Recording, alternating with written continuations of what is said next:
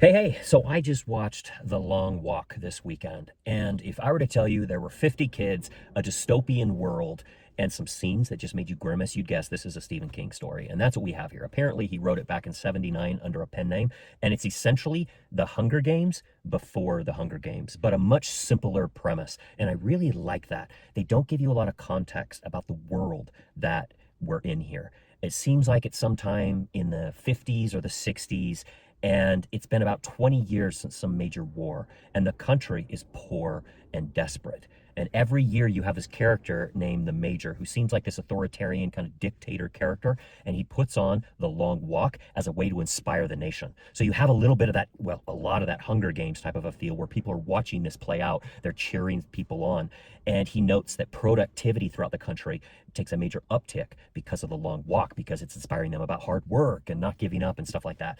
But what you have here are 50 boys that start walking, and that they walk or they die. The last one standing wins, but they get 3 warnings if they slow down. And after the third warning, then they're shot in the head.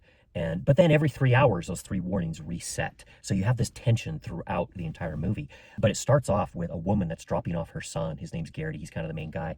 And she's like, "Why are you doing this?" And he's like, "Mom, it's too late to back out." Because apparently you put your name in to a lottery. So these boys are doing this freely because it's their way out and their way to kind of escape their life.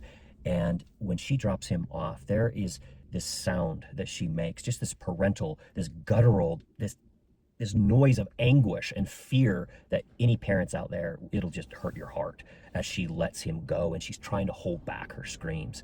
But you have these boys, they start walking, and it's just them and the road. There's maybe 1 or 2 flashbacks, and you get to learn a lot about these boys really quickly. A warning: it's not for the faint of heart. There's some gruesome deaths. There's some heart-wrenching deaths. And just a warning, there's no porta potties. And so you're going to see some things that you maybe don't want to see. But it's surprisingly inspiring. Just the themes of friendship that build with people that you're competing against technically, but there's some friendships that form. And the dialogue is just heartwarming and funny and heart-wrenching as you learn more about these boys and what motivates them to be there. It's not what you think as the onion peels back. And then they wrestle with this really subtle concept of free agency, as they're all there on their own volition, but you find out that maybe it's not as straightforward as you think, as this is their only path out of the situation that they're in. I found it's surprisingly inspiring, and given that it's just 50 kids on a road just talking the whole time, just really riveting. So go see The Long Walk. We'll see ya.